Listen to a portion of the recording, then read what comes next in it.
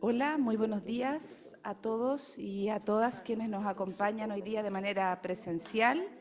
Eh, cada- una fecha compleja ya, fin de mes. Así es que qué lindo ver una convocatoria importante de personas de manera presencial. También saludar a todos quienes nos acompañan de manera telemática vía Zoom en esta oportunidad. Me presento para quienes no tengo la oportunidad de conocer. Yo soy Carlota Fritsch, soy la vicedecana de posgrados de la Facultad de Derecho y tengo, ¿cierto?, el agrado de darles la bienvenida. También quiero agradecer, como siempre, a nuestros partners con quienes llevamos ya, empiezo a perder la cuenta, la Seis. cantidad de años, 6 años. 6. Gracias, Paula. Increíble cómo pasa el tiempo, 6 años recorriendo juntos este camino que nos permite traer y convocar importantes expositores y temas de relevancia y de actualidad para poder compartirlos con nuestra comunidad. Así es que, como siempre, muchas gracias a Diario Financiero, al Estudio Recabarren y al Estudio García Nadal por acompañarnos en este viaje. Para seguir, siempre nos damos aquí la palabra. Dejo con ustedes a Álvaro Pérez del Estudio Recabarren también para que pueda extenderles unas palabras de bienvenida.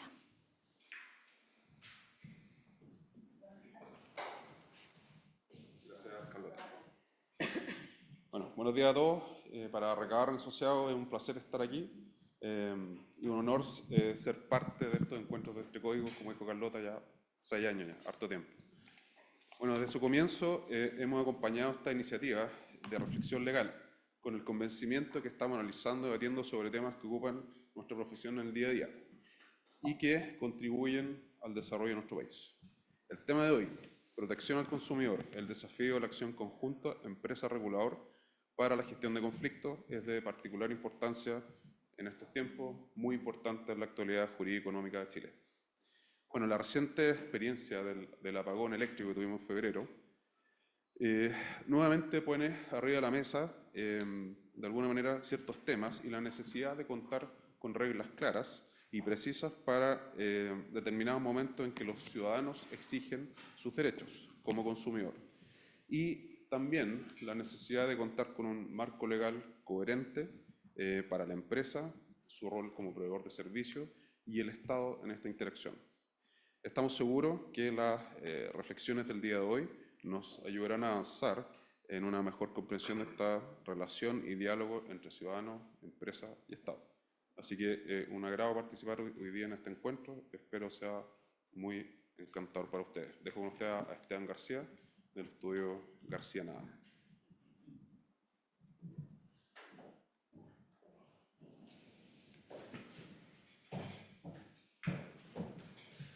Muy buenos días a todos los que están aquí acompañándonos y también a los que están a través del sistema de videollamada, videoconferencia.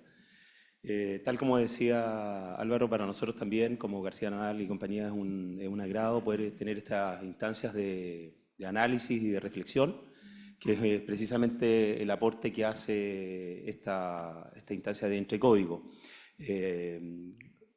Por cierto, como siempre, dar las gracias a Diario Financiero y a la Universidad de Olfibani, a nuestros amigos de Recabarren. Y solo un poco reforzando lo que decía Álvaro, esta es una oportunidad al tocar este tema que estuvo, como decía Álvaro, tan de moda a propósito de un evento que ocurrió hace unos meses atrás, que afectó a muchos clientes, a muchos consumidores. Nos pareció que este era un tema que debíamos poder analizar. Y tenemos la suerte de contar con dos exdirectores del CERNAC y una fiscal de una compañía, también de una compañía importante, para poder analizar, y creo yo, como nuestro rol de abogados, que es el generar los mejores marcos regulatorios, el generar instancias que permitan prevenir los conflictos, más que generar una avalancha de demandas. Creo que lo que hoy día está de moda es solucionar, prevenir, componer, más que litigar o judicializar todos los conflictos, las situaciones que pueden haber. Acá la clave está en establecer la mejor relación posible entre el ente regulador y los privados. A las empresas no les gusta que pasen estas cosas, daña increíblemente la imagen reputacional de las compañías, cualquiera de estos eventos. Nadie quiere salir en la prensa por una situación así, y creo que lo que importa es establecer la mejor relación entre el órgano fiscalizador y los privados, de manera de dar el mejor servicio y tener el más alto estándar de satisfacción de los clientes. Esperamos que esta sea una oportunidad de conversación, de diálogo, para todos los que están acá este día acompañándonos. Muchas gracias. Muchas gracias, Esteban, muchas gracias, Álvaro, muchas gracias, Carlota, por sus palabras de bienvenida. Y bueno, muy bienvenidos también todos los que están presentes y los que también nos están escuchando y viendo a través de la plataforma Zoom.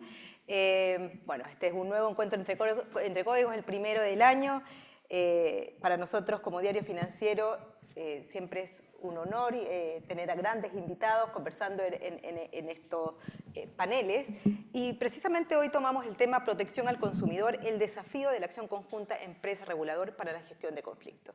¿Por qué tomamos este tema? Algo ya lo mencionaban anteriormente.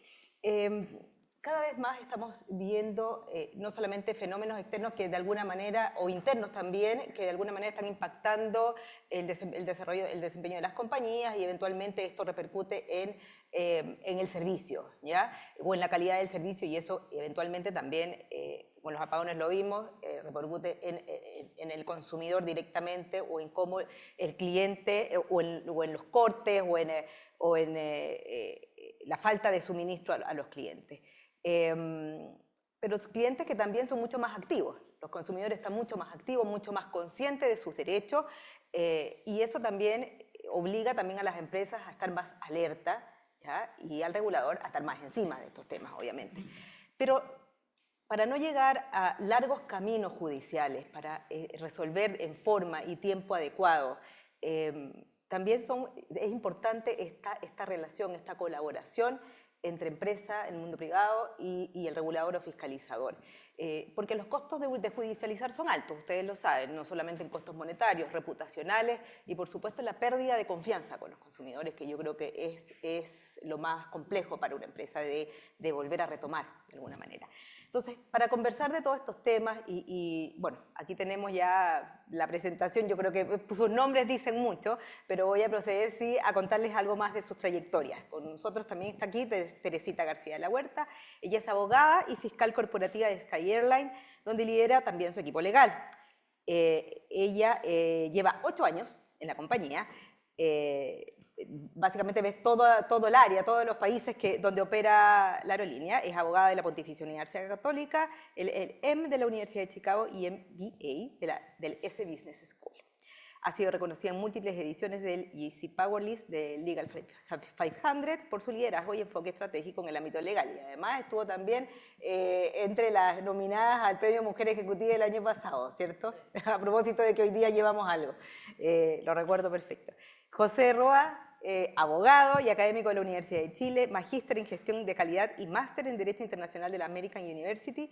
Fue director nacional del CERNAC entre 2004 y 2010. Trabajé en el CERNAC entre el 2000 y el 2010. 10, pero claro, el último periodo como director, que todos recordamos sus múltiples apariciones en aquella época. También asesor de organismos públicos y privados, actualmente es profesor asistente y subdirector del Departamento de Derecho Económico de la Facultad de Derecho de la Universidad de Chile. Muy bienvenido también. Y por supuesto Lucas del Villar, abogado de la Universidad de Chile con un LLM en Derecho Penal de los Negocios y de la Empresa de la misma institución. También fue director nacional del CERNAC entre el 2018 y 2022, lo más reciente, previo a esta última administración, y subdirector entre 2010 y 2014, liderando importantes también reformas legales en materia de protección al consumidor. Actualmente es socio del estudio Aninati Abogados y es profesor del Magíster en Derecho de la Empresa en la Universidad Adolfo Ibáñez, aquí también en esta misma casa. Ha publicado extensamente sobre el derecho del consumo, regulación económica y compliance. Muy bienvenidos todos con muchísima experiencia en estos temas, desde adentro también de la institución y también desde el otro lado, desde el mundo privado y desde la academia, así que yo creo que tenemos el mejor marco para esta conversación. Y les cuento un poquito cómo es la dinámica. Vamos a partir con una conversación más introductoria, después vamos a seguir con unas preguntas-respuestas para analizar justamente este tema de acción conjunta frente a los conflictos, y posteriormente habrá un espacio para preguntas, tanto del público como de los que están a través de Zoom. Y a mí los que están a través de Zoom me va a llegar a través del celular las preguntas que vamos a seleccionar. Tenemos unos 10-15 minutos hacia el final para poder hacer estas consultas a quienes están acá en el panel. Así que les dejamos hecha esa invitación también. Bueno, José, vamos a partir por ti y conociendo un poquito como para contextualizar este tema de, del rol, ¿ya? ¿Cómo ha evolucionado el rol del CERNAC y su aproximación con la empresa en el último tiempo? Tú has vivido desde el cambio, digamos, desde el origen esto de la ley que nos rige, de anterior y la ley que nos rige. ¿Cómo has visto esa evolución del rol del CERNAC y su aproximación también a las empresas? Ay, perdona, te voy a dar. Este está prendido. Bueno, primero que todo, buenos días a todas, a todos, a los que nos acompañan físicamente y virtualmente. Ahora, respecto a la pregunta, claro, en una mirada más larga, ¿cierto? Deberíamos decir un par de cosas. Primero, parte de los fundamentos de protección al consumidor son los costos de transacción, ¿cierto? Hay un premio Nobel, el único abogado, ¿cierto?, que habla de los costos de transacción, que puesto en protección al consumidor diría que cuando el costo de reclamar es mayor al beneficio del reclamo, los consumidores, que en la mayoría somos Sancho y no Quijote, no reclamamos. Entonces, si nosotros miramos la historia larga de protección al consumidor, uno ve que los juicios de protección al consumidor, los juicios de policía local, hasta donde hay estadística, se estacionó en el orden de 12.000 causas en policía local. Cuestión distinta es lo que ha pasado en juicios colectivos, donde también hay una cierta evolución. Las mediaciones colectivas, hoy día procedimientos voluntarios colectivos, lo que han buscado es dar precisamente resolución a los problemas de protección al consumidor porque, en su mayoría, el costo de reclamar es mayor al beneficio del reclamo. Y por lo tanto, todo lo que está en la línea de lo que podríamos denominar protección colectiva de los consumidores ha ido precisamente a resolver esta problemática. Las mediaciones colectivas que partieron en el 2004, con los juicios colectivos, luego los procedimientos voluntarios colectivos en la reforma de fortalecimiento del CERNAC. Y por lo tanto hay que mirarlo desde esa perspectiva. Lo contrario es tener un grupo de insatisfacción permanente, una suerte de cifra negra de problemas sin solución, que eso evidentemente afecta la reputación, la confianza en el mercado, el desarrollo de los mercados, entre otros. Una segunda mirada sería mirar institucionalmente cómo ha evolucionado esto. Y la verdad es que si ponemos la mirada larga, lo que podríamos decir es lo siguiente, es que la protección al consumidor ha avanzado desde una protección reactiva jurisdiccional a una protección preventiva de cumplimiento. Y en mi opinión va avanzando hacia allá. ¿Por qué? La ley del año 97 lo que tenía eran procedimientos contravencionales, juzgado de policía local y una norma muy pequeñita sobre mediaciones. Con CERNAC Financiero, con la reforma del 2004 avanzamos en protección de intereses colectivos de los consumidores y la implementación de las mediaciones colectivas no reguladas. Y los juicios colectivos precisamente han tenido resultados no solo por su implementación con sentencias condenatorias, sino que principalmente a través de la prevención de conflictos, la resolución anticipada de conflictos. Luego con CERNAC Financiero se avanzó en esa línea y se estableció el sello CERNAC, que más allá de su no implementación práctica, lo que sí es que trazó un camino y dice, nos interesa poder señalizar empresas que tengan mecanismos de resolución alternativas de conflicto y señalizarlo a través de un sello. Luego, si miramos la ley de fortalecimiento del CERNAC, en el segundo gobierno de la presidenta Bachelet, lo que vemos es una profundización de este camino. ¿En qué sentido? Más allá de la discusión sobre las facultades sancionatorias administrativas, lo que sí nosotros podemos ver es un conjunto de normas que lo que hacen es privilegiar la solución por sobre la sanción. Y cuando uno ve todas las causales que nos permiten recorrer hacia abajo la sanción de multa, uno ve que la autodenuncia, la colaboración eficaz, la resolución del problema causado a los consumidores son premiados por la ley con una menor sanción. Y si nosotros vamos ahora al proyecto que está en primer trámite constitucional, aprobado por la Comisión de Economía, o sea, le falta un camino, pero lo que uno ve es que ese camino se profundiza. Porque ¿qué es lo que dice? Dice, primero regula en sentido positivo todo lo que son mecanismos de resolución anticipada de conflictos. La última reforma del CERNAC, a propósito de una reforma del artículo 3, también avanzó en ese sentido y amplió los mecanismos ya establecidos por el CERNAC Financiero. ¿En qué sentido? En que no se inicie un procedimiento sancionatorio sin antes buscar solución ante la empresa. Y todo este mecanismo de incentivos que tiene foco en la solución, ¿cierto? Y no en la sanción se profundiza.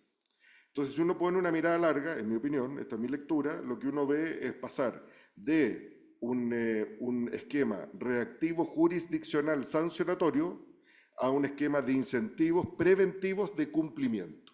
Y ahí cobra sentido entonces no solamente la autodenuncia, los planes de cumplimiento, sino que los mecanismos como los procedimientos voluntarios colectivos o incluso los acuerdos en el marco de los juicios colectivos que son de los hechos mayoría. Hoy día los juicios colectivos, por regla general, terminan no con sentencia, sino que con acuerdos en el marco del propio juicio. Dicho eso, solo agregar un par de ingredientes a esta conversación. El título de este espacio, ¿cierto?, es la gestión conjunta entre regulador y empresa. Y claro, tal vez si uno mira la palabra regulador, uno podrá, ahí hay un espacio interesante para poder profundizar respecto no solamente a la relación con el CERNAC como Agencia de Protección al Consumidor, sino que también con aquellos organismos reguladores sectoriales, ¿cierto? Claro. Donde uno puede ver que hay competencias que pueden ser o complementarias o concurrentes, dependiendo cuál sea el caso. Y ahí también lo que hemos visto es una evolución hacia una mayor colaboración por parte de los actores públicos. Voy a hacer la historia porque para estos efectos soy más viejo. Breve. Soy más viejo, sí, 30 segundos. En la ley del año 97 habían muy poquitas normas.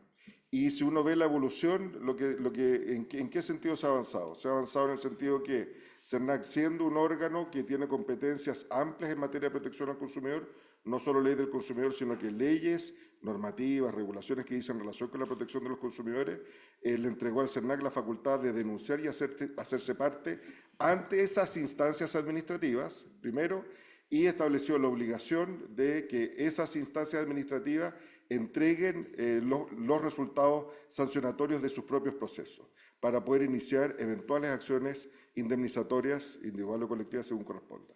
Es decir, lo que uno ve en la propia Ley de Protección al Consumidor, aparte de la ley de base, es un conjunto de mecanismos de coordinación institucional para un actuar coordinado entre las instituciones. Y por lo tanto, lo que uno ve, yo diría, es como una noticia en desarrollo, pero cuando uno ve la historia larga, uno ve que los movimientos van hacia la prevención y el cumplimiento y hacia un actuar coordinado entre CERNAC y agencias otras agencias. Muchísimas gracias por esta marco, digamos, del marco institucional en lo que cómo ha evolucionado y hacia dónde va. ¿Ah? Pero ahí también en esta evolución es muy importante también, y tú lo mencionaste en alguno de los puntos, el tema de las herramientas. ¿Qué herramientas ahí, Lucas, quisiera que tú nos comentara un poquito? ¿Cómo han ido también cambiando ese uso? Porque claro, también ha ido evolucionando no solamente las herramientas, sino el uso que hacen las empresas o las asociaciones de consumidores o los propios consumidores para, como mecanismo de resolución de controversia. Cuéntanos ahí un poquito cómo tú has visto esa evolución en cuanto a las herramientas y su uso.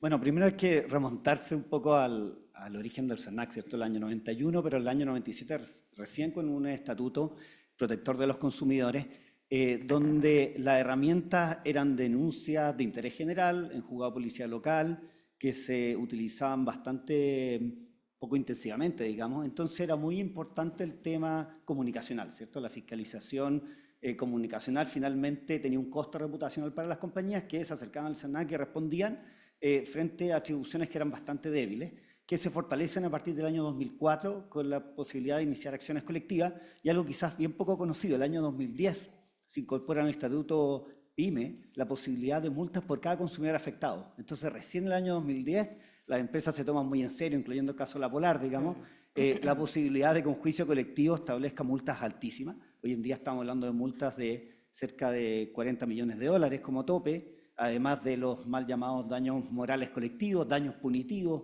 esta suerte de carga de la prueba dinámica. Es decir, probablemente la acción colectiva en Chile es de las más robustas que existe en el mundo, ¿ya? Eso significa que el CERNAC tiene atribuciones muy sólidas y muy eficientes desde el punto de vista que el efecto erga omnes permite a todos los consumidores ser representados y por tanto es muy relevante esta atribución que va fortaleciéndose con el tiempo. Desde el punto de vista de la resolución de conflictos, claro, los reclamos se van incrementando desde el año 2000, estamos hablando de 100.000 reclamos, hoy en día estamos cerca de 600.000, en la pandemia fueron cerca de 900.000, donde más de, vamos a decir, un promedio 55% se resuelve favorablemente.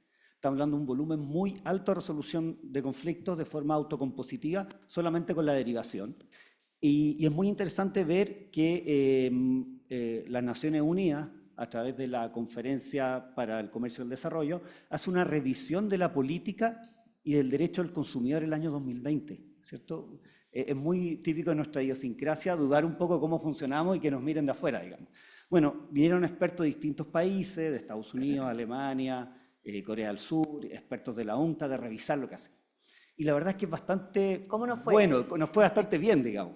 Hay que fortalecer las herramientas, reconocen la acción colectiva y hacen recomendaciones en marco jurídico, en materia de marco de políticas públicas y también en marco institucional, ¿cierto? Pero son más bien profundizar. Por ejemplo, es muy interesante los temas relacionados con entrega de mayor información oportuna al consumidor o herramientas informativas que se desarrollan con ciencias conductuales, algo que ya empezamos en una época en el CERNAC con la ley de fortalecimiento y que fue muy útil porque mejora mucho el desempeño que tiene para el consumidor y baja la conflictividad, ¿cierto? Prevenimos antes. Al tener más información también uno sabe. Exactamente. Cartillas informativas, hojas resúmenes de productos como los seguros, hablábamos recién, mejoran mucho el desempeño y para el Estado es mucho más eficiente invertir en estudios de ciencias conductuales y mejorar la información y evitar el conflicto.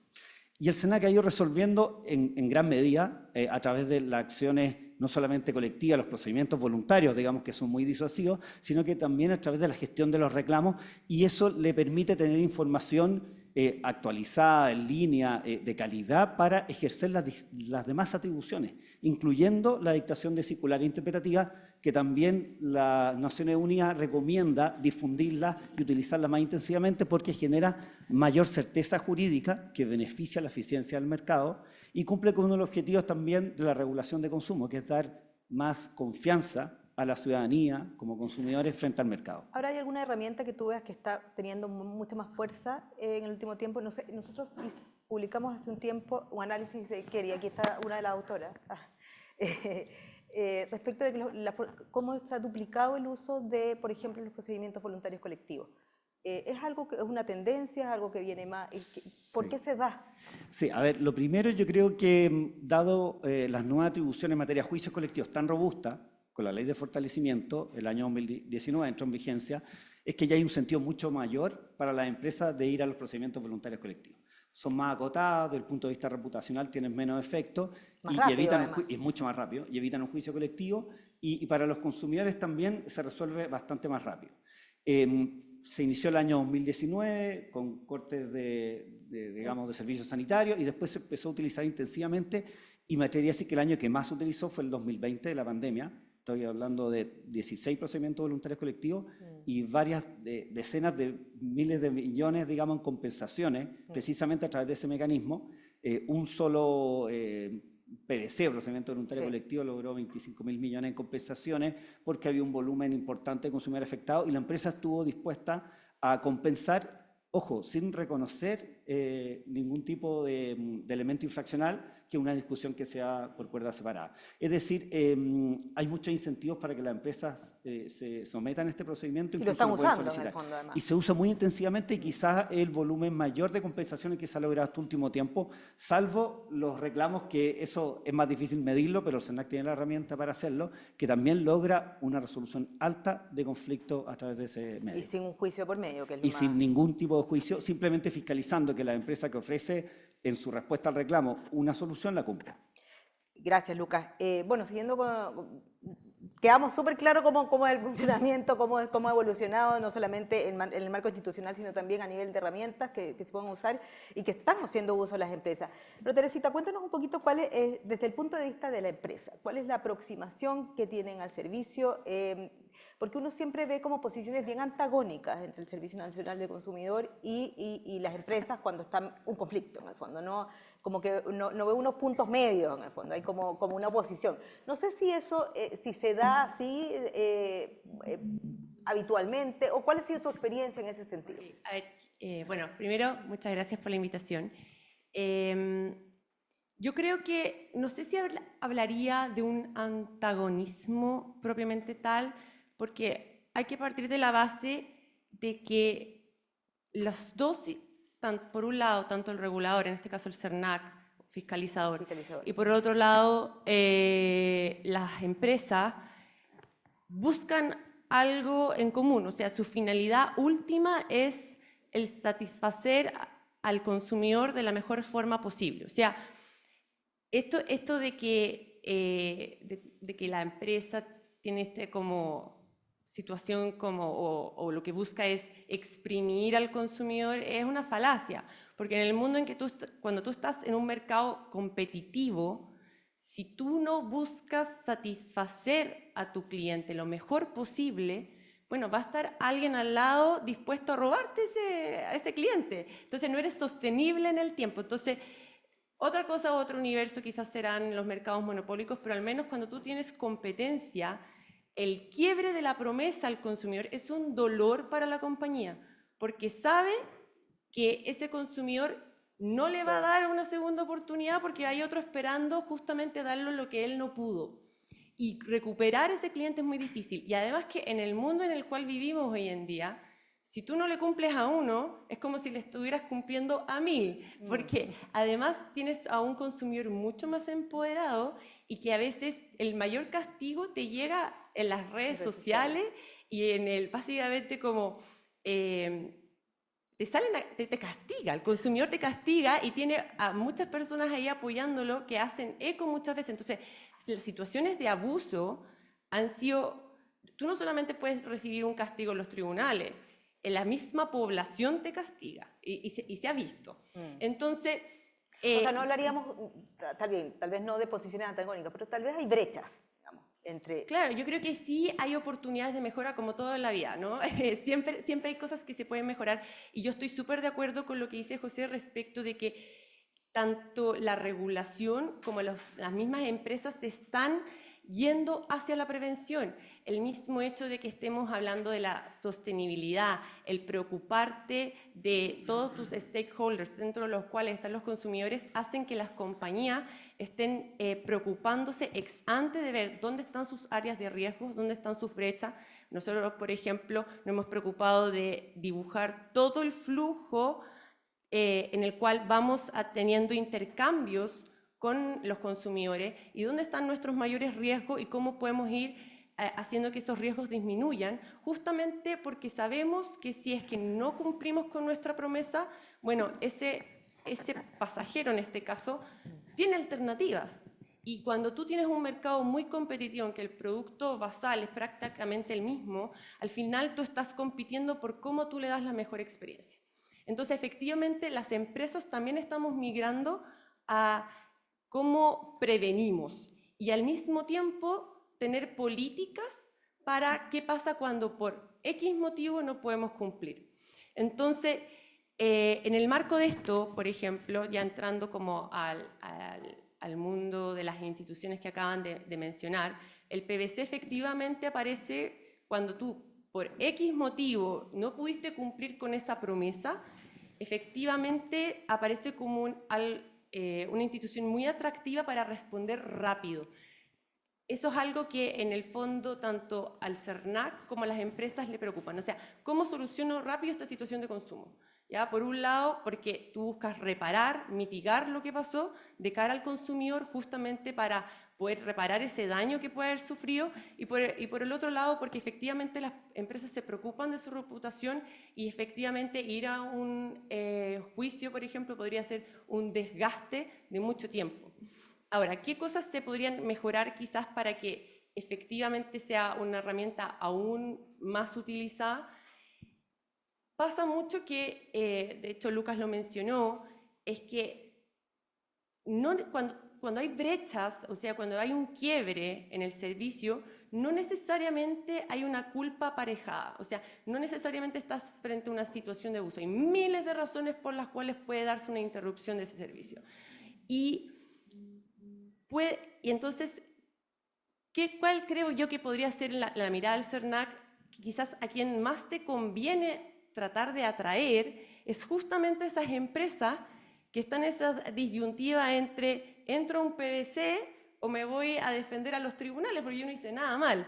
Porque efectivamente quien tiene una situación de culpa, o sea, efectivamente quien incumplió la ley, tiene muchos incentivos a entrar en un PVC. O sea, efectivamente hay muchos incentivos. Pero ahí hay un grupo que dice, pucha, puedo entrar en el PVC, solucionar esto rápido, o puedo ir por el camino de los tribunales. Entonces, yo creo que ahí es súper importante que para ese grupo trabajar en que no hay un estigma asociado a que por entrar en el PVC tú cometiste un abuso, una falta. ¿Por qué? Porque como hablábamos recién, hoy en día, en un mundo tan competitivo, la reputación es sumamente importante.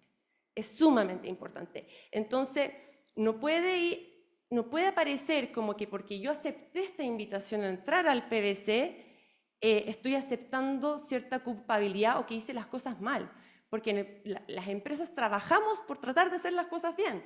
Entonces, y Pero muchas veces estas PVC, ¿se siente es que a veces existe los culpa, PVC digamos? van acompañados de publicidad, porque justamente el CERNAC le gusta que los consumidores estén informados de que está haciendo cosas en pos de ello, y esa publicidad a veces puede tender a dar la impresión de que efectivamente hubo un actuar incorrecto. Y creo que pasa ahí que dices, chuta, ¿qué hago? Entonces entro aquí y aparezco como que estoy pagando por una falta, o me voy a los tribunales y me defiendo justamente para demostrar que yo hice las cosas bien. Y ahí nadie gana, creo yo. Nadie gana porque en el fondo, efectivamente, al final quien más pierde es el consumidor, porque puede ser que se tarde años en llegar a alguna reparación o no llegue nunca. También para la empresa es un desgaste, hay como, publicidad o comunicaciones asociadas que también siguen dañando su reputación, no aparece como colaborativa. Para el CERNAC también es un desgaste de recursos, ir a tribunales a pelearse, tampoco consigue ese fin último de reparar, nadie gana. Entonces yo creo que hay que proteger esa institución y efectivamente tratar de desligarla de eso, porque la ley dice efectivamente que participar no es reconocimiento de culpa, pero en los hechos muchas veces, por mucho que la ley te diga eso, la condena de la ciudadanía es mucho mayor. Digamos. Exacto, Ya. porque al final dañaste tu imagen. ¿Ya? Ahora, eso, ahí le pregunto como a todos, en el fondo dejo abierta la puerta, porque en el fondo el CERNAC también, al ser una institución más que se preocupa del problema de la gente, de los problemas reales de la gente de alguna manera, y el eco que tiene, porque siempre son muchísimos los afectados cuando llega una causa al servicio, también hay de alguna manera esa tentación más política, ¿ya? De uso político de la institución. No sé si por ahí también, claro, es mucho más, tiene un rédito de alguna manera político en términos de irse contra la empresa o acusarla, o que en el caso de un procedimiento voluntario colectivo quede esa duda o esa idea de que puede ser culpable la empresa. No sé si ese espacio, si ustedes también ven que hay, que también tiene algún tema de riesgo político o de ser capturado políticamente al servicio. Sí, voy a seguir con la historia larga porque yo creo que es interesante. Esto lo escuchamos desde los 90, ¿cierto? Y tres consideraciones. Primero, o sea, claro, salvo Alberto Undurraga, que salió director del CERNAC y después fue diputado. No hay otras autoridades electas popularmente que hayan sido exdirectores del CERNAC. Pero, por ejemplo, sí dentro del gobierno puede ser un tema que, por ejemplo... Sigamos con eso, ¿cierto? Primero. Segundo, antes el director del CERNAC era elegido a dedo, hoy día es elegido por alta dirección pública. Eso es parte de la reforma, entonces eso lo está alejando del ciclo político. Y hoy día, de acuerdo a la ley de fortalecimiento del CERNAC, además tiene causales de remoción, entonces sería como una ADP más arriba, no es igual que el fiscal nacional económico, pero es parecido. Entonces, lo que Hay un resguardo, lo dice. que está haciendo, al menos institucionalmente, lo está alejando del ciclo político. Y lo que plantea Teresita tiene algo interesante, porque yo creo que hay dos consideraciones. Primero es, no hay empresa con tasa falla cero. Entonces, la tasa de falla es propio de la industria. Y la pregunta es cómo somos capaces de procesar las tasas de falla de empresas que dicen, me equivoqué, ¿cierto? Me equivoqué y quiero resolver. Y vengo yo a contar. Los procedimientos voluntarios colectivos pueden partir por iniciativa de la propia empresa. La autodenuncia está nombrada en la Ley de Protección al Consumidor. Y también distinguir, uno podría distinguir los horrores de los errores, ¿cierto? A propósito de la buena fe o la mala fe, más allá de que sea infracción o no hay infracción, o incluso uno podría decir empresas que dicen, ¿sabe qué? Yo creo que esto no es infracción, pero yo tengo una política interna que es más exigente que su ley y yo la quiero aplicar y quiero resolver este problema. Y la pregunta es cómo diferenciar esos tonos en la comunicación. Ahora, parte de los problemas es que no es noticia estar de acuerdo, es noticia estar en desacuerdo. Y cuando hay acuerdo y el CERNAC no hace nada porque estamos todos de acuerdo, eso no es noticia. Y dentro de las noticias, lo más relevante siempre son los puntos de vista encontrados. Entonces, cuando hay un mundo de acuerdo, pero una olita de desacuerdo, la olita de desacuerdo tiene una presencia mediática más fuerte.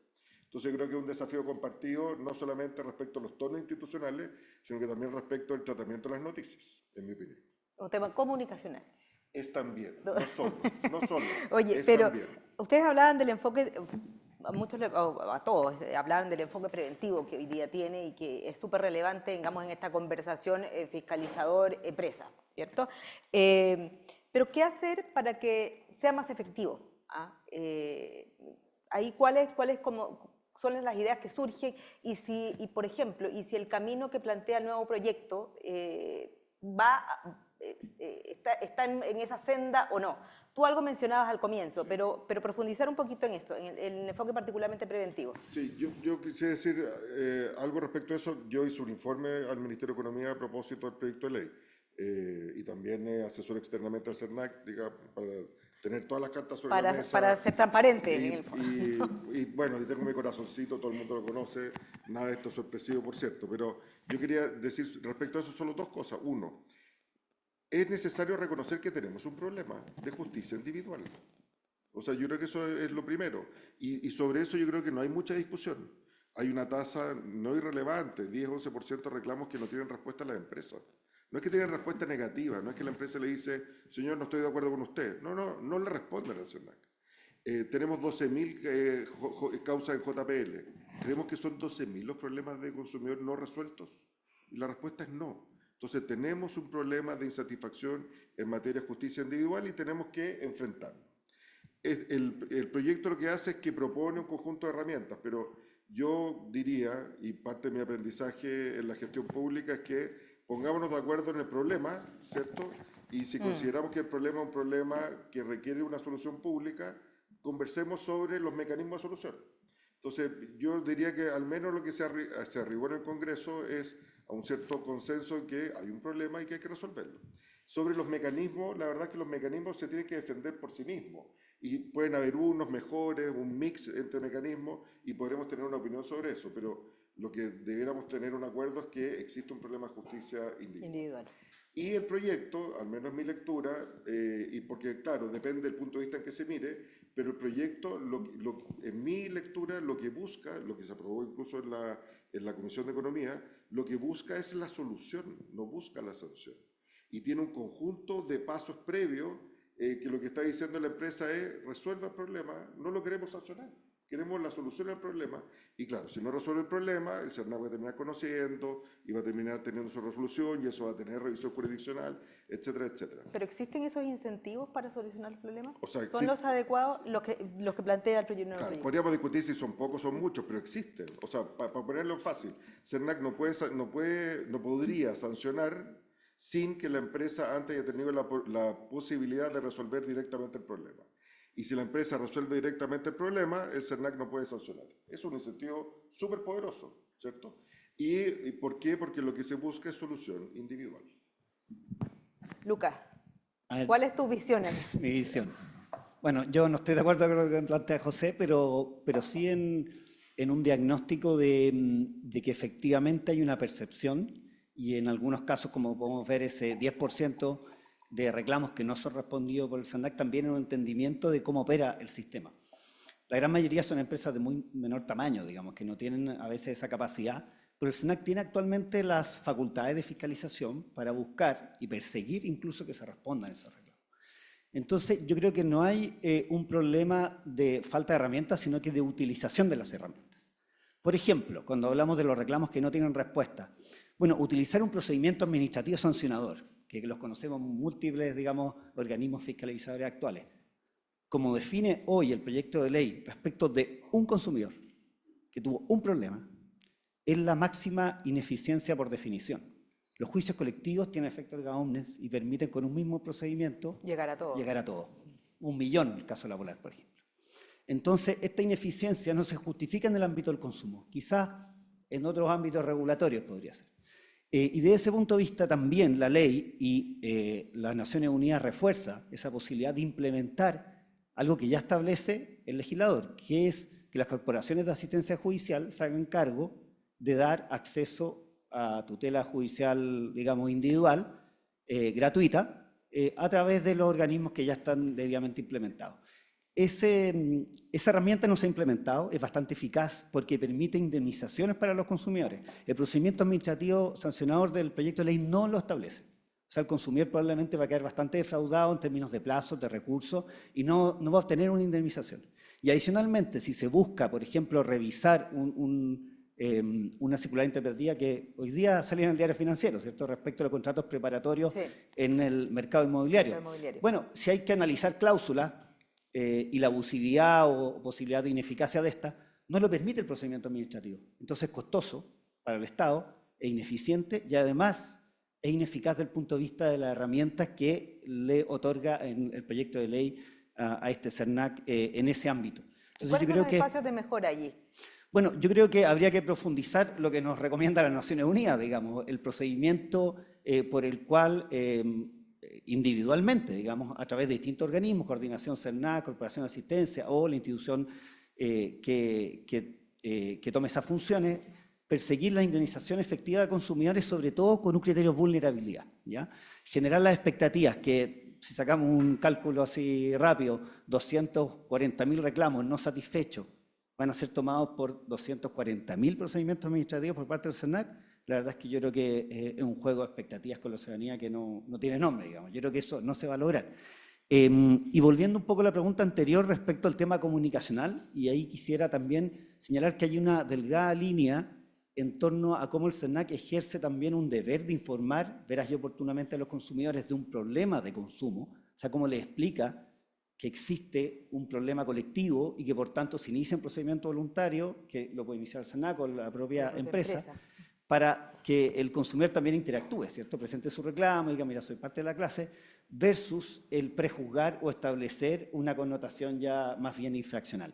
Yo creo que esa línea tiene que ver con los énfasis comunicacionales, en cómo se plantea, y ahí evidentemente que esto es noticia en desarrollo, pero se han visto, digamos, que no ha sido uniforme y que se ha traspasado, digamos, a uno u otro lado, digamos, este elemento que es central, que es la invitación que hace el SERNAC a una empresa a resolver un problema rápido sin un reconocimiento, como dice la ley, infraccional, salvo que fracase ese proceso y ya el SERNAC tenga que litigar, y ahí obviamente los énfasis En esa pueden ir delgada cambiando. línea, para que no se corra, digamos.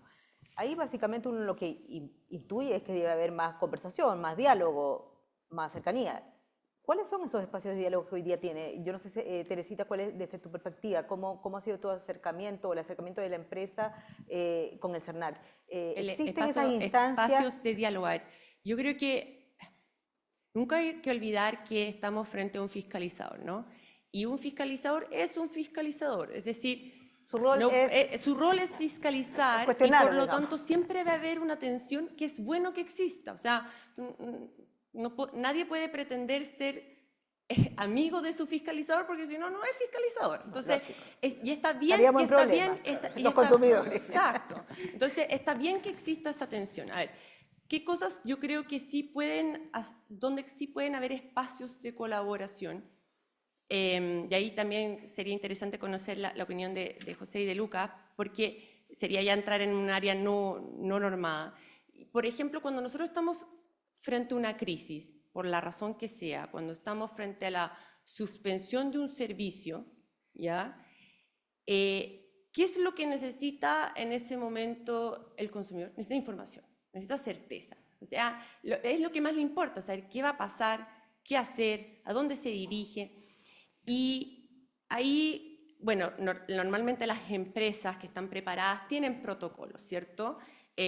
Ocupan sus canales de comunicación, saben lo que tienen que hacer, porque efectivamente uno se prepara para enfrentar ciertas crisis ex ante, pero siempre suele pasar que los canales de comunicación se atochan, o sea, se ven sobrepasados, ¿ya? Entonces, una de las cosas en que quizás se podría avanzar es que, ok, yo no solamente informo a mis consumidores por los canales que tengo establecidos de lo que está pasando y de lo que estoy haciendo, sino que también acercarme a las autoridades, a decirles, ¿sabe, señor, pasó esto, estoy haciendo esto?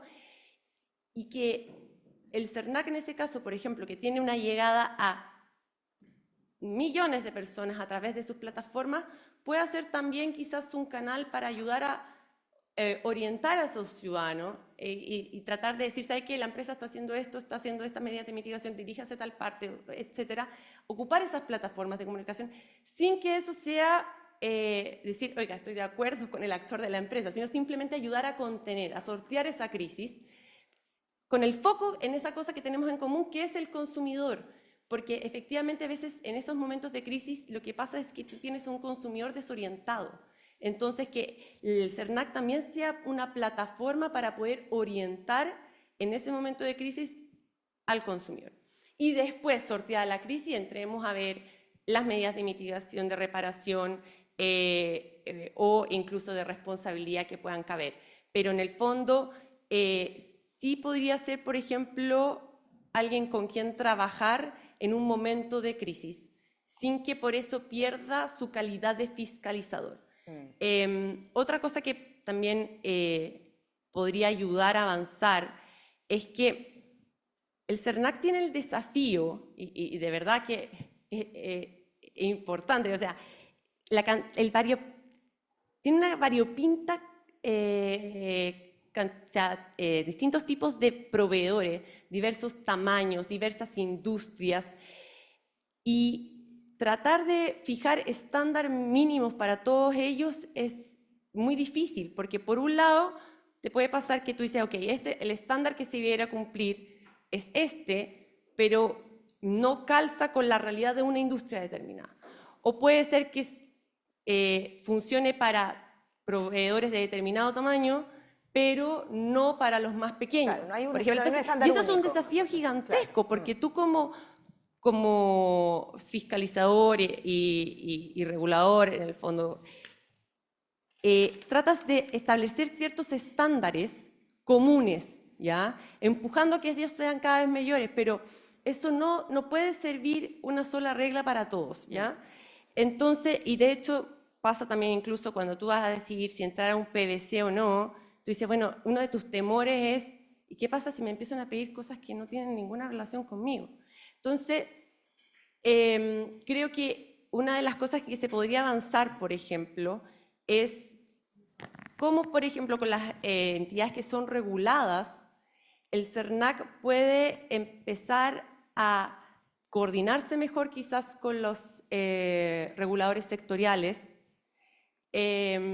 o bien quizás a tener sus propias unidades especializadas, cosas de hablar del mismo idioma con las empresas de los distintos sectores. Porque cuando tú sabes que alguien te entiende, que entiende tu idiosincrasia especial, que entiende cómo tú operas, tu realidad particular, hay una relación de mucha más confianza. Porque sabes que no te van a decir, oiga, no, pero es que usted debió haber hecho eso. Es que esto en la industria no aplica. No aplica para mí.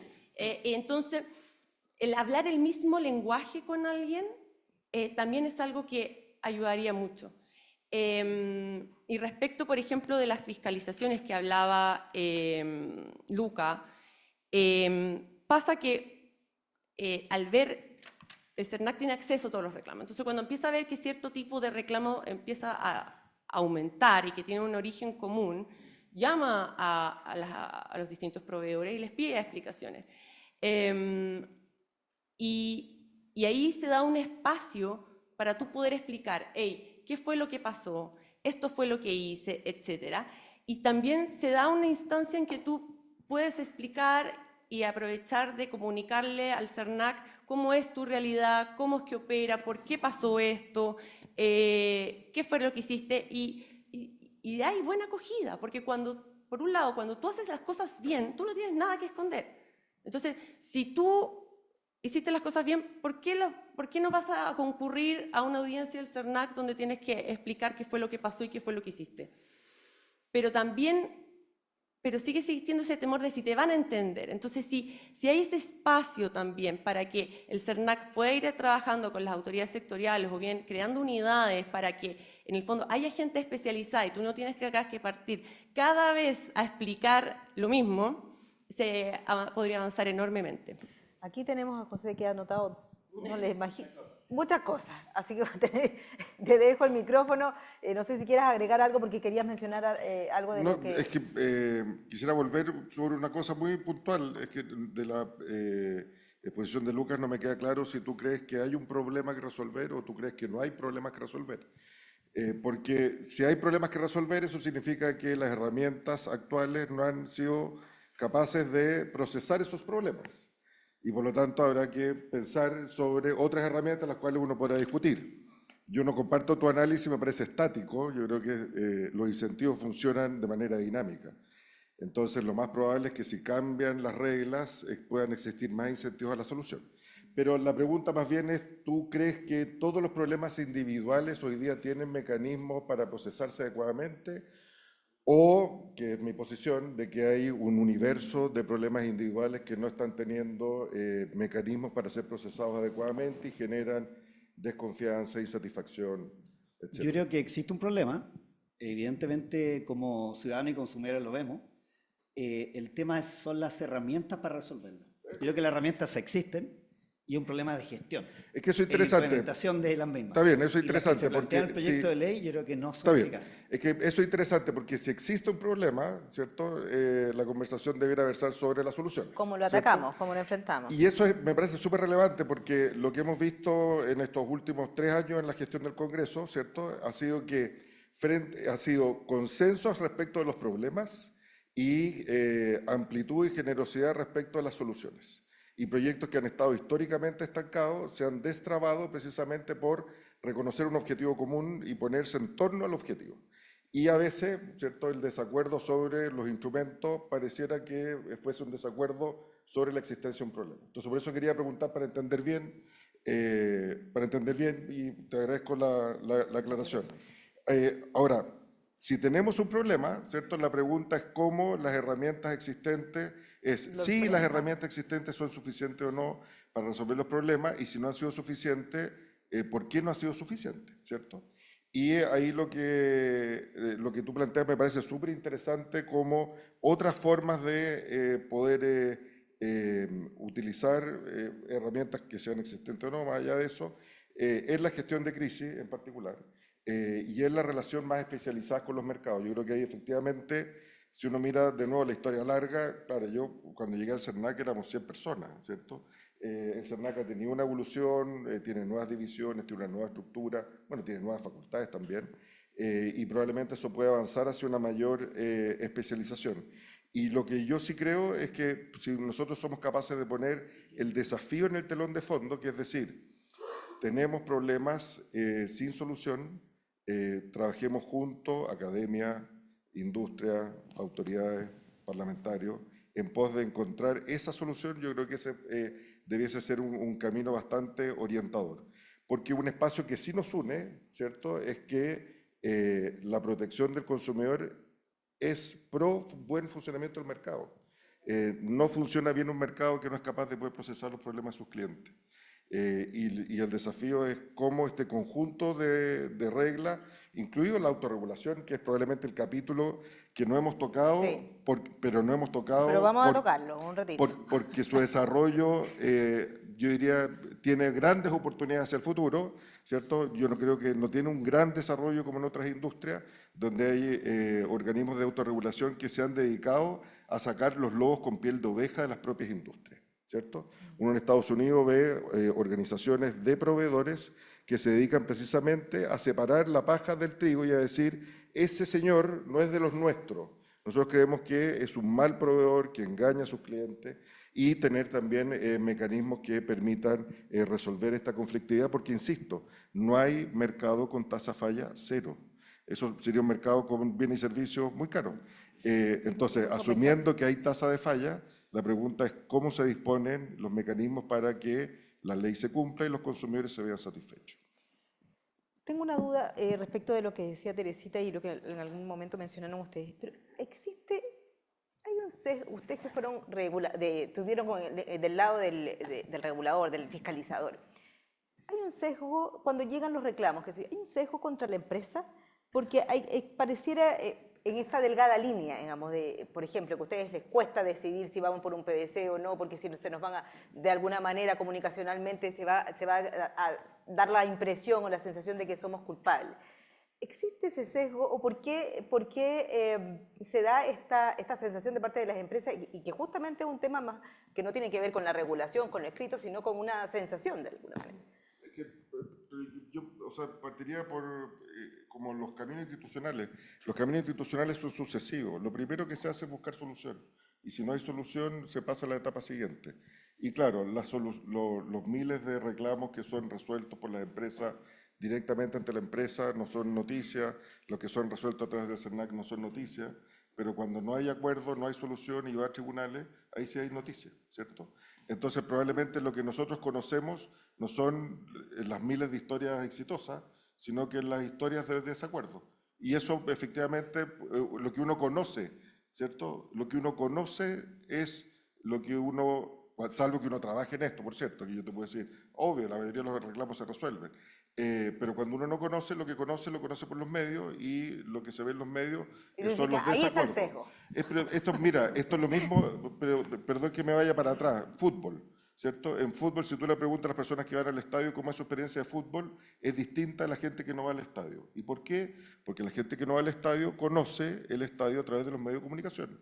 Y en los medios de comunicación lo que es noticia no son los partidos que funcionan bien, sino que los partidos que funcionan mal.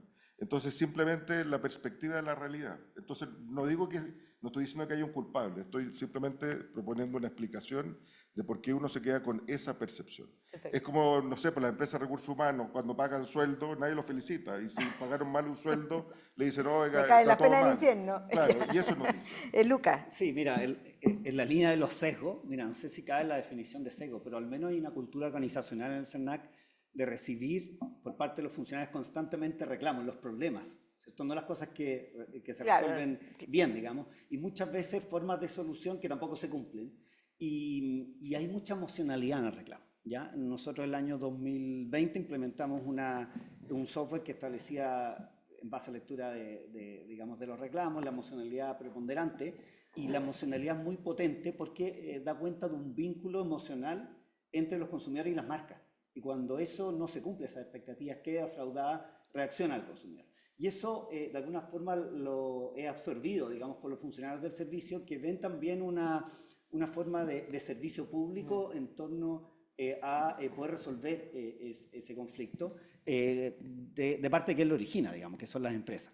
Entonces, sí existe una cultura de buscar una solución lo antes posible. De esa perspectiva sí puede haber un sesgo, pero desde un punto de vista institucional también hay distintas instancias, procesos, murallas chinas, incluso entre PVC y otro tipo de procesos del mismo organismo para buscar la solución con la herramienta lo más eficiente posible. Volviendo muy brevemente a la discusión que teníamos, yo creo que también es importante entender el contexto de la crítica al proyecto de ley. Lo que se ha visto es una discusión sobre cómo resolver este problema, y desde el año 2014 que se plantea que el CERNAC con atribuciones sancionatorias directas lo va a resolver. El CERNAC sin dientes que se planteó, yo creo que José conoce bien la historia, yo creo que además de una falacia, digamos, es una alegoría que le hace mal al servicio, le hace mal a todo, entender que eso no existe. Y la verdad es que los especialistas, los expertos de las Naciones Unidas no lo plantearon como recomendación. El SENAC tiene actualmente la posibilidad de presentar juicios de interés general que buscan también la sanción y es equivalente. Y además, esta misma disposición establece una coordinación entre autoridades sectoriales. La gran mayoría de los reclamos son en áreas donde hay un fiscalizador sectorial que tiene procedimientos sancionatorios. Entonces, bastaría una coordinación como una herramienta adicional para poder resolver esos elementos a través de un procedimiento sancionatorio. Entonces, ese ajuste de expectativas es, bueno, en 2 años más entraría en vigencia si se aprueba esta ley, ¿se van a resolver y vamos a llegar a tasa cero o se va a generar un incentivo tan relevante como para evitar algo que el SENAC ya cuenta con herramientas mucho más robustas? Por eso que yo digo que es un tema de gestión, de cómo se ejercen las atribuciones, Más derivación, que de nueva normativa. más que nuevas atribuciones, Nuevas es atribuciones, cómo o sea. se utiliza la actualmente vigente fiscalización, derivación a corporación de asistencia judicial, juicios de interés general y sobre todo los juicios colectivos con los procedimientos voluntarios que resuelven al menos la gran mayoría de los problemas de consumo. ¿Queda respondido el punto o no? Es que tengo una pregunta. Tú fuiste director de CERNAC 4 Así años es. con estas herramientas. Así es. Entonces, no entiendo si es una autocrítica o tú consideras que... A mí me tocó implementar la ley de fortalecimiento. Sí. Y dentro de eso había un conjunto importante de herramientas donde están los PDC, que yo creo que se lograron No, compensaciones. pero focalicémonos en el problema irresoluto, porque efectivamente justicia colectiva yo creo que ha tenido un avance significativo que todos reconocen. Más bien el problema residual es justicia individual. Entonces la pregunta es respecto a justicia individual. Ya. Bueno, Porque lo que tú dices es, desde el 2014 CERNAC tiene las facultades, tú fuiste director los Sí, 4 años siguientes, te tocó implementar esta Sí, ley. sí. Entonces, quisiera entender bien. sí, entendí ya la pregunta. A ver, lo primero es que yo creo que es una falacia pensar que existen problemas colectivos e individuales. Son exactamente los mismos problemas, la única diferencia es la mirada intertemporal. Tú tienes un problema individual y esa empresa lo puede generar respecto a muchas personas. Lo que tiene que hacer el SENAC es esperar que haya un mayor detrimento y por tanto mayor afectación de los consumidores y actuar con herramientas colectivas. Tratar de resolver un problema que afectó a una persona y nunca más va a afectar a nadie Y mientras es tanto, ineficiencia pura, digamos. Está bien, y Esa mientras es tanto, esa definición. y mientras tanto, porque está bien, es como esperemos que el vaso se llene y lo tomamos colectivamente. Y mientras tanto hay consumidoras, Bueno. consumidores que están esperando una solución, que están tocando la puerta de las empresas, que están tocando la puerta del CERNAC, que le escriben al diario, Bueno. en redes sociales. Es un buen punto, por eso que hay que cambiar la perspectiva y entenderlo de una lógica realista y eficiente. El caso La Polar fueron 1 millón de repactados, partieron en el año 2000 con un reclamo. Obviamente que no era eficiente actuar con uno, que nunca más se iba a repetir, pero sí con 1 millón después de 10 años. O sea, no hay una diferenciación entre el conflicto individual Pero que sí, el tal vez, colectivo. pero Se yo ve creo que una acá mirada- la No, la pregunta frustración es el individual es entremedio. otro. Claro. Es que esto es importante porque esto se discutió desde el año 90. El año 90 dijeron, la mejor protección al consumidor es la que no existe porque el mercado resuelve los problemas en el largo plazo, ¿cierto? Y las malas empresas salen del mercado. Entonces, no cargo esa afirmación. no, está bien, estoy diciendo esto tiene como una larga trayectoria, entonces Con la su análisis pregunta histórico. es más bien, ¿y qué se hace entre medio? Ahora, yo creo que tú El estarás- proyecto de ley tú dice que estarás- si hay tú más de estás- 50 afectados, ya no procede el procedimiento administrativo sancionador. O sea, No con estoy- 50 ya no sirve. Entonces, ¿cuál No, es el problema que está atacando? pero por eso, pongámonos sobre los problemas y las facultades actuales y después podemos conversar sobre las soluciones, pero con las facultades actuales la pregunta es qué se hace entre medio y yo creo que tú sí Juicio de estarás de interés acuerdo, tú sí estarás de acuerdo conmigo que no todos los problemas son colectivos. O sea, que hay un porcentaje súper significativo de problemas que no van a ser colectivizables porque son empresas más pequeñas, porque son casos bastante particulares que requieren solución. O sea, pongámonos en el caso, incluso dentro de los casos colectivos, Shakira o los cortes eléctricos, ¿cierto? En el caso de Shakira, el que venía a Punta Arenas y contrató el avión, ¿cierto? Para poner, en este Sky. caso, y contrató un Shakira hotel. en Sky. Está bien, está en el marco de un problema colectivo, pero su daño es individual. En el caso de electricidad, los electrodependientes, o la persona que tenía, no sé, una fiesta al día siguiente y se le echó a perder todo el refrigerador, está bien, es dentro del marco del caso colectivo, pero es un caso individual. Entonces yo pondría el acento sobre esos casos individuales y sobre lo que pasa entre medio, ¿cierto? Porque me parece que la gente tiene expectativas y espera del Estado en su conjunto, ¿cierto? Soluciona sus frustraciones que son bastante cotidianas, como tú mismo decías. Sí, yo creo que nos hace falta un café y conversar bien Eso- estos temas. eso les iba a porque, decir. Tal vez no lo vamos a los casos resolver que tú acá. pones como individual son colectivos, sin duda, porque hay más de 50 afectados y por tanto ya no procede la utilización de esta herramienta que se viene planteando hace 11 años, que es la panacea. Y yo la verdad es que tengo una convicción distinta. Pero eso sobre la solución. Eso es la Es solución. interesante, sobre las herramientas. Es que mi pregunta iba más bien, Porque lo que tú dices es, las herramientas actuales son capaces de procesar estos problemas, ¿cierto? Y yo estoy preguntando por las herramientas actuales y estos problemas, más allá de la discusión sobre posibles herramientas futuras que cambien este panorama. Y yo creo que el desafío ahora es bastante concreto, es de qué manera se procesan estos problemas. Y la pregunta era vinculada con eso. Claro, Dado es que tu sí. experiencia en 4 años Claro, implementando si estamos esa hablando que facultad. son problemas individuales y por tanto no van a llegar al número que establece taxativamente la ley, que ya pasan a ser 50. colectivos, evidentemente que es ineficiente cualquier tipo de herramienta judicial e incluso de procedimiento administrativo sancionador. Lo que tiene que hacer el SENAC es focalizarse en las recomendaciones de los expertos de Naciones Unidas, lo dicen así, en casos que superen más de 50 afectados, porque bajo eso son individuales. Ya hay otras herramientas, la derivación a corporación de asistencia judicial, juicio individual, GIG, eventualmente si es un caso de un valor respecto al consumidor hipervulnerable. Yo creo que parece que por Entonces, ahora no nos vamos a poner de no nos acuerdo vamos a con poner de cómo acuerdo. vamos a resolver los problemas individuales. Pero sí, antes de darles la palabra a los que quieran hacer alguna consulta, Teresita, hemos hablado mucho del rol del CERNAC, de las herramientas que existen, de la aproximación empresa-CERNAC, pero un poco lo que puede hacer la empresa para evitar los conflictos con los consumidores. ¿Cuál es el trabajo, cuál es el debe de las empresas al gestionar los conflictos que se dan con los consumidores? Bueno, primero creo que está la parte de tratar de prevenir los conflictos, ¿ya? A través de los programas de compliance, planes de cumplimiento en el fondo, en que tú buscas o vas sobre toda la experiencia del cliente, todas las interacciones que tienes contigo, desde que está la publicidad, desde que ese señor vio tu publicidad, luego entra a la página, trata de hacer una compra, vas viendo todo el flujo y vas identificando tus riesgos. ¿Dónde están tus mayores riesgos? Tú trabajas sobre ellos para tratar de aminorar esos riesgos. Eso está recogido en parte en la normativa, que no ha tenido mucho uso los planes de cumplimiento. Y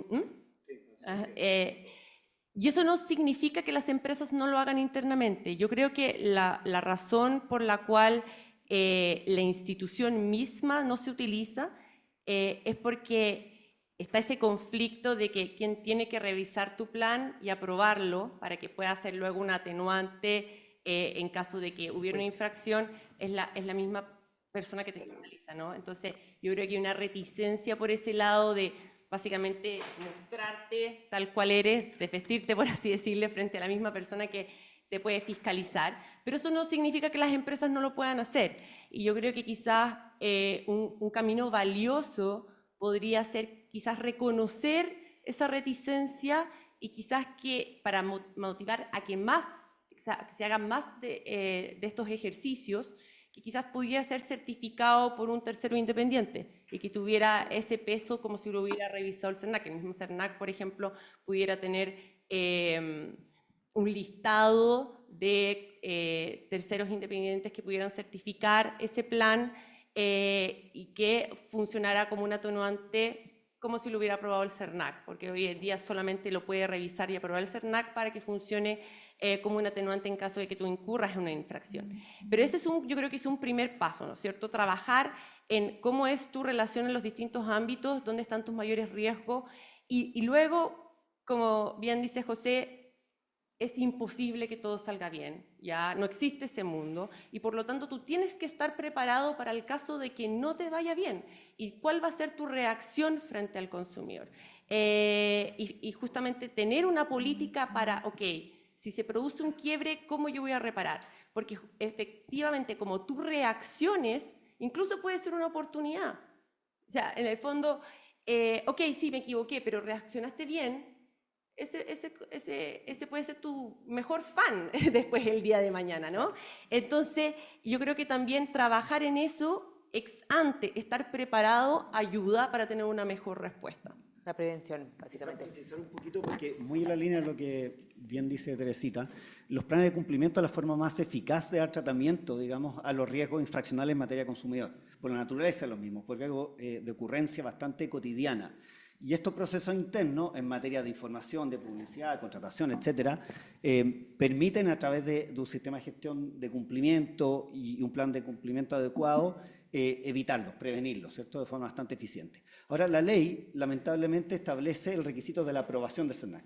Ahora, en mi época lo que hizo el SENAC es implementar un sistema de certificación por terceros externos que tienen que cumplir ciertos requisitos.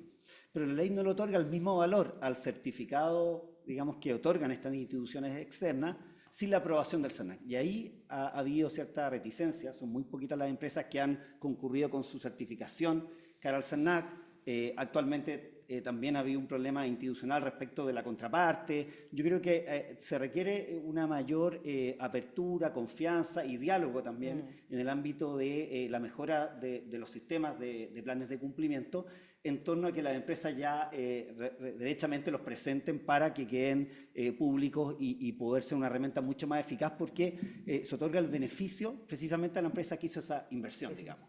Y por otro lado también la posibilidad de que la ley se ajuste en ese sentido, ahí también José que ha tenido una asesoría en esa materia y que permita a las empresas la aprobación o derechamente quedarse con la certificación del tercero experto y que sea el tribunal que resuelva la calidad, la eficacia de ese plan de cumplimiento para darle el valor de atenuante que están, digamos, ¿Y el tema de los ansiados. planes de cumplimiento no está en este proyecto de ley? ¿Está tratado, no? No, se ¿Usted qué- implementó con la ley solamente de con el fortalecimiento, fortalecimiento? un beneficio y establece, digamos, dos ámbitos. Uno para procedimientos voluntarios colectivos, acreditar el cese, y el otro respecto de planes de cumplimiento que ya son no correctivos, sino que preventivos y que otorga un beneficio de una rebaja sustantiva en la Sí, multa. pero llama la atención que siendo un atenuante o posible atenuante no se implemente con mayor Sí, masividad. sí, llama la atención. Es que la ley estableció esto que tiene que aprobarlo el SERNAC. Entonces, lo que hicimos en mi época en el SERNAC es establecer una suerte de murallas chinas que sean certificadores quienes analicen, digamos, sobre todo la matriz de riesgo y elementos que pueden ser más estratégicos de la empresa. Oye, está súper interesante la conversación, pero yo no sé si los que están aquí quieren hacer alguna pregunta por allá. No sé si tenemos ahí. Allá hay una pregunta, no sé si por este lado. Sí, vamos por ahí cada una y por este bloque también después Lore. Hola, muchas gracias. Mi nombre es Isabel Margarita Cabello y yo quería hablar mucho de la autorregulación de los mercados. Hoy día yo estoy a cargo de la Defensoría del Asegurado, que es una institución privada, que es gratuita para los consumidores que tengan problemas con las compañías. Y creo que es súper relevante eso, cómo las empresas se hacen cargo de resolver antes de que llegue efectivamente a un fiscalizador o a un regulador.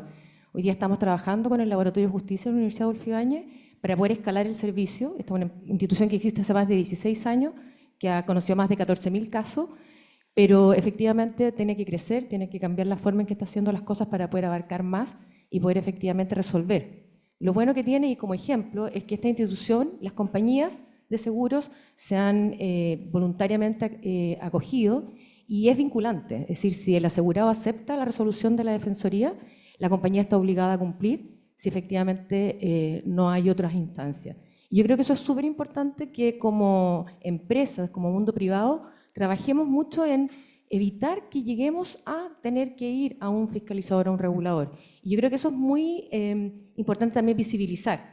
Las empresas están haciendo cosas, creo que además tenemos que buscar instancias en que haya independencia, autonomía, profesionalismo, y creo que eso es una instancia que tenemos que trabajar en el mundo privado y en el mundo público indistintamente, sin importar bien, porque lo que está claro acá que todos lo que buscamos son los consumidores, son las personas, evitar efectivamente perder confianza a las empresas, a todas les importa eso.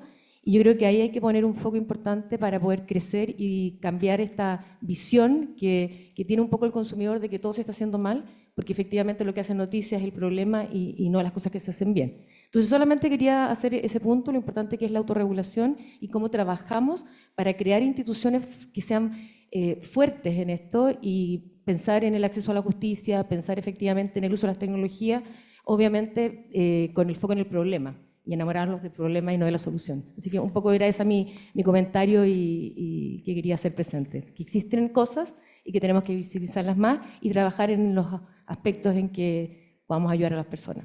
Muchas gracias, Isabel Margarita. Por acá, sigamos con las preguntas y después los comentarios, ¿les parece? Para ir juntando algunas Muchas dudas. gracias. Yo quiero recoger un punto que mencionó Teresita a propósito de esto de que cómo hacer para que un proveedor que ingresa a un PBC no sienta que de alguna manera está reconociendo culpa más allá de que la ley diga formalmente que no es el caso, ¿no? Y quiero tomar el punto a propósito de las facultades negociadoras que tiene el SERNAC más en general, no solo PBC, sino al interior de los juicios colectivos ya iniciados. La pregunta porque una vez me tocó ver un caso en el que un proveedor que no era chileno, era extranjero, no lograba, y que era estos casos en los que tenía la convicción de que no había hecho nada malo, pero que veía un valor en llegar a un acuerdo para evitar un juicio, en fin, no entendía por qué el CERNAC le exigía ofrecer un monto de dinero a beneficio fiscal, ¿no? Y la respuesta del CERNAC era, bueno, es que tenemos una regulación interna y fijamos ciertos estándares que nos obligan a indemnizar costo del reclamo, indemnizar y además ofrecer una determinada cantidad de beneficio fiscal. Por supuesto, uno entiende que por la estructura interna del CERNAC y porque hay otros valores en juego, no tenga completa flexibilidad para negociar, digamos, ¿no? Pero creo yo que hay ahí un espacio para que, y quiero saber su opinión al respecto, ¿no? Si ven espacio para situar al CERNAC en una posición más propiamente negociadora, ¿no? O sea, si hay espacio para flexibilizar el tipo de criterios que puede utilizar el CERNAC para llegar a acuerdos y que no sea tan rígido respecto a los estándares que se deben observar, porque finalmente, y eso lleva a los PBC, eso justamente desincentiva, creo yo, a que los proveedores vean al PBC como un espacio en el que, sin discutir su responsabilidad, pueden llegar a un acuerdo, porque de alguna manera, a propósito de lo que decía Teresita, de repente se siente que el proveedor entra ya como culpabilizado, no formalmente, pero sí por el modo en que es tratado y por las condiciones que se le imponen para alcanzar un acuerdo, ¿no? Me gustaría ver cómo ven, qué espacio ven para modificar un poco la posición del CERNAC en ese contexto. Bueno, ahí lo primero es reconocer que el propósito, el objetivo, digamos, desde el punto de vista de la regulación es un procedimiento concentrado, autocompositivo, que va en beneficio a la propia empresa en términos de costos reputacionales, pero que efectivamente a veces puede tener tiempos muy acotados. Y eso significa, en definitiva, que se imponen quizás criterios preestablecidos por el organismo ante casos distintos, ¿ya? Me cuesta ver cuál sería el pago de un monto a beneficio fiscal, salvo las publicaciones quizás en los extractos. Normalmente son beneficios hacia los consumidores afectados a través de costos de reclamo, compensaciones, pero si hay una percepción de ser tratado como culpable, evidentemente que hay un problema en cómo opera ese procedimiento voluntario colectivo, o también en la forma como se aproximan las empresas en torno a fundamentar adecuadamente su postura y más allá de la discusión de fondo respecto a temas infraccionales, en cómo la solución es proporcional al daño.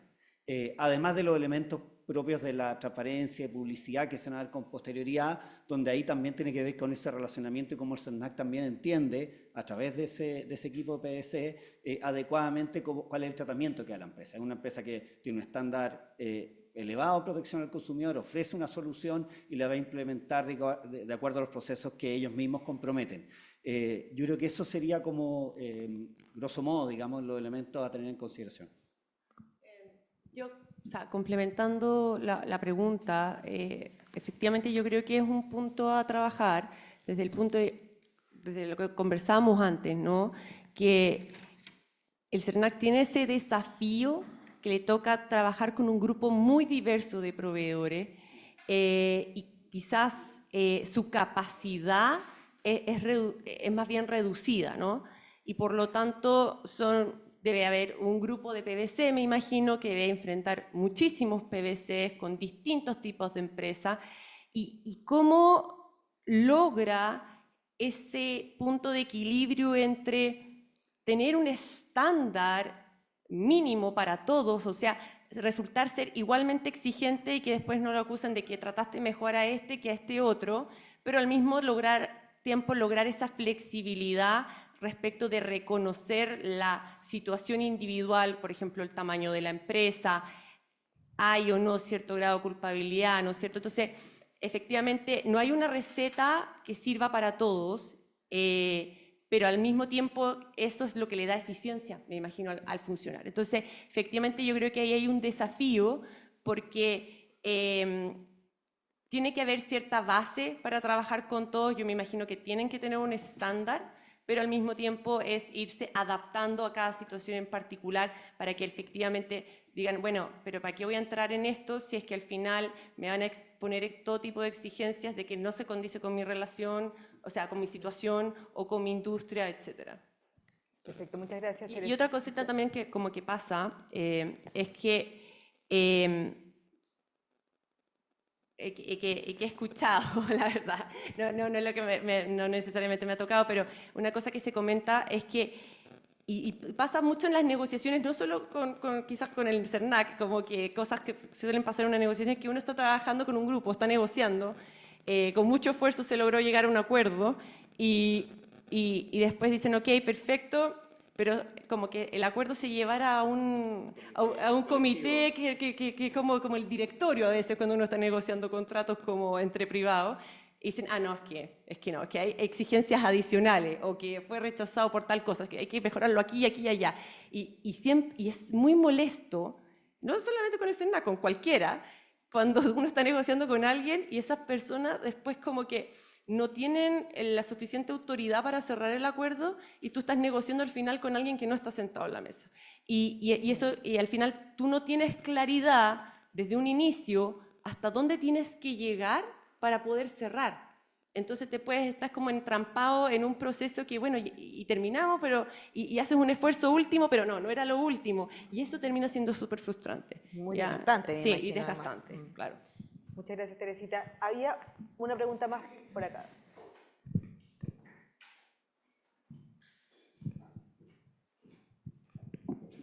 Hola, bueno, muchas gracias a los panelistas, muy interesante todo lo que han comentado. Mónica Pérez de Keri, y la verdad que mi pregunta iba bastante en la línea con la que acaban de comentar, que era relacionada precisamente a cuál creen ustedes que serían las oportunidades, cuáles serían las oportunidades de mejora del PVC como un mecanismo de solución de conflicto para poder evitar una acción colectiva, que yo creo que ya lo ha mencionado Lucas, Teresita bastante.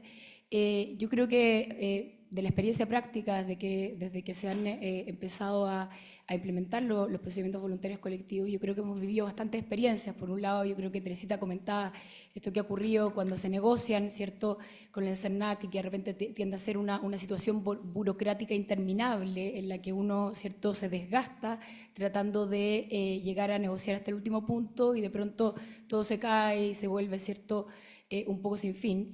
Pero yo ahí a lo mejor me gustaría tal vez escuchar a José, si es que él tiene algo que decir al respecto de cómo cree él que podrían mejorarse algunos puntos dentro de la implementación de los procedimientos voluntarios colectivos para que sean lo que se persigue precisamente, que sea una herramienta eficaz.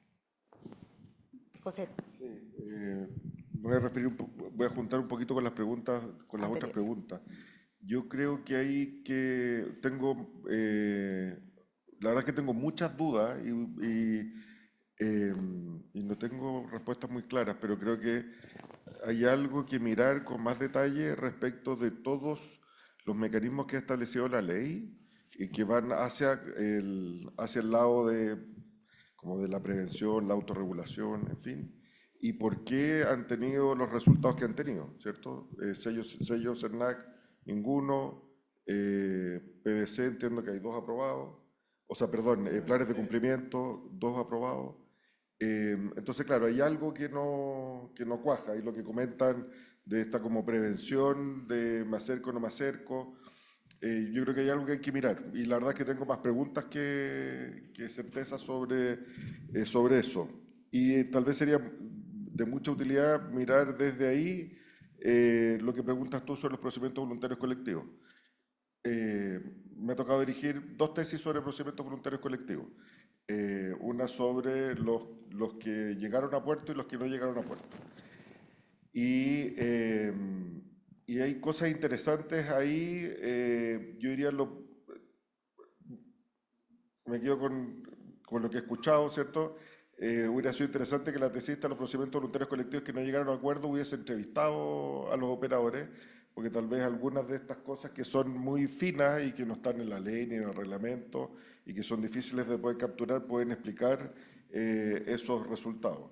Y respecto a los que sí son exitosos, yo creo que hay algo que hay que mirar con atención, que tiene que ver con de qué manera el tribunal verifica el cumplimiento de los requisitos y se admite la posibilidad de alguien que pueda controvertir esa situación. Ha habido, creo que 2 casos donde se ha tratado de problematizar respecto del acuerdo y no ha sido exitoso por la estructura probablemente como quedó en la ley. Pero yo creo que ahí hay algo que revisar a propósito de la posición negociadora, porque la ley establece requisitos tanto a los avenimientos como a los procedimientos voluntarios colectivos.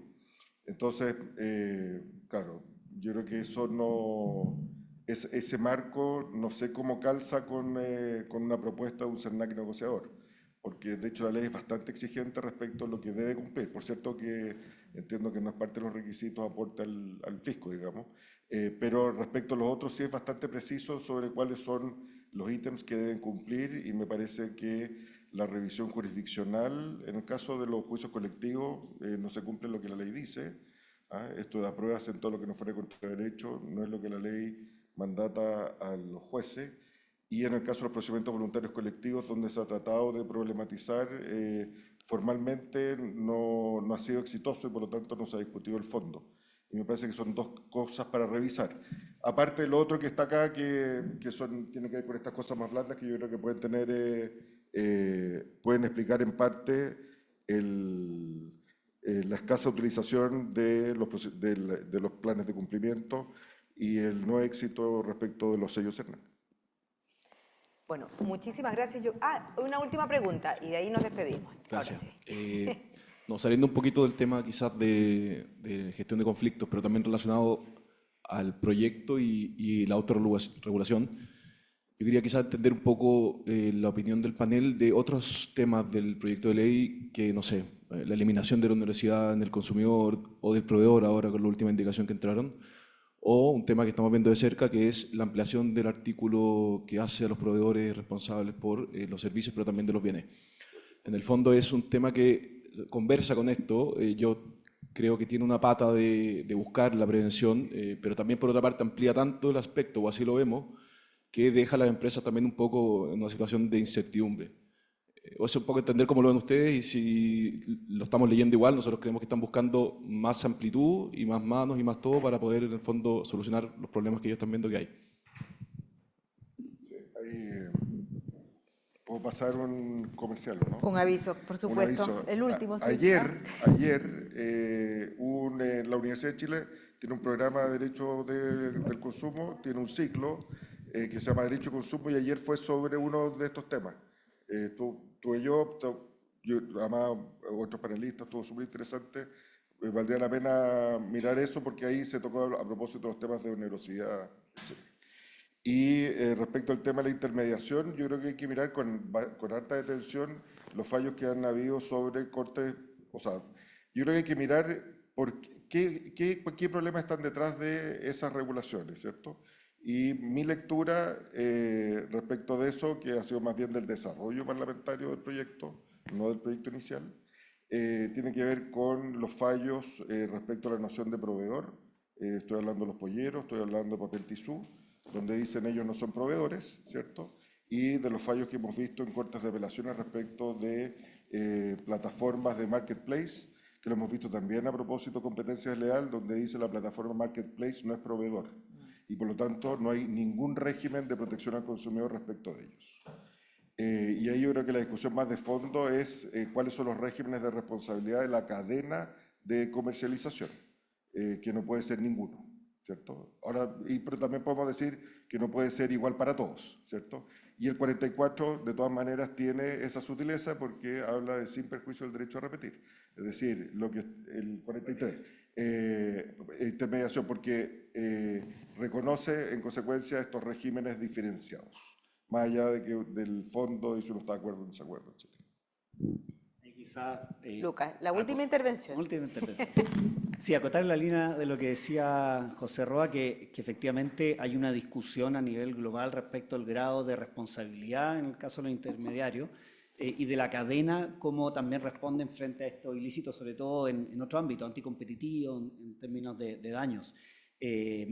Y se requiere más certeza jurídica, digamos. Es uno de los requisitos básicos de la regulación, particularmente de consumo, respecto a proveedores de distintos mercados. A mi juicio, el proyecto de ley avanza, pero tiene cierta falencia en materia de dar mayor certeza jurídica respecto a estos ámbitos de responsabilidad, por un lado. Y volviendo un poco al tema de los PVC, yo creo que también cabría un perfeccionamiento regulatorio en ámbitos de dar una respuesta más clara a la empresa que solicita el PVC. A veces yo he visto en algunos casos en representación de clientes que pasan mucho tiempo sin una respuesta clara de parte del CERNAC cuando la misma empresa solicita la apertura del PVC, por un lado. Lo segundo es también esta discusión respecto de, bueno, un legitimado activo, 50 más consumidores pueden presentar una demanda colectiva. ¿Hasta qué punto el CERNAC inicia un PVC con posterioridad y por tanto evita que ese juicio se tramite? También un tema que está en discusión. Y por último también la revisión que hace el tribunal, entendiendo que hay una posibilidad también para hacer reservas. Se han visto pocos casos de reservas que pueden hacer consumidores individualmente y quizás resolver un poco el tema de reconocimiento infraccional y mecanismos más simples que van en beneficio del propio PVC. Si bien para el proveedor es un poco incierto quiénes van a hacer reservas, pero sí es claro, y recordemos que hay un requisito de consulta pública, digamos, del acuerdo, en términos de que quienes no, emitan ningún tipo de opinión, eventualmente van a tener una posibilidad a través de un ejercicio, o sea, hay un costo, digamos, de transacción importante para ese consumidor, normalmente no se hace, pero que quede más abierto ese canal y entender cuál es la lógica de ese mecanismo. Yo creo que con esos elementos en el PVC quedaría bastante más reforzado. Oye, tenemos algunas otras preguntas, pero que nos llegaron a través de Zoom, pero lamentablemente por la hora no vamos a poder continuar. Son ya las 10:30, es una conversación muy interesante, muy entretenida, muy ilustradora, además de cómo estos dos ámbitos, dos mundos se encuentran o desencuentran también. Y yo creo que básicamente el tema, el diálogo, el generar confianzas también entre empresa y fiscalizador, yo creo que es un gran desafío de cara a la discusión de este proyecto también, de por qué no mejorar y también esas instancias también. Así que, bueno, y muchísimas gracias a todos los que estuvieron aquí participando, a los que nos acompañaron a través de Zoom, y dejarlos invitados también al próximo encuentro entre códigos que avisaremos prontamente. Y agradecemos, por supuesto, nuevamente a nuestros socios en esta actividad, la Universidad Adolfo Ibáñez, los estudios que nos acompañan ya varios años, Recabarren y Asociados y García Nadal. Muchísimas gracias a cada uno de ustedes también. Y nada, pues los dejamos invitados también a que nos sigan a la comunidad Entre Códigos a través de nuestro newsletter que pueden registrarse en la página web del df.cl. Muchas gracias, muy buena jornada. Muchas gracias.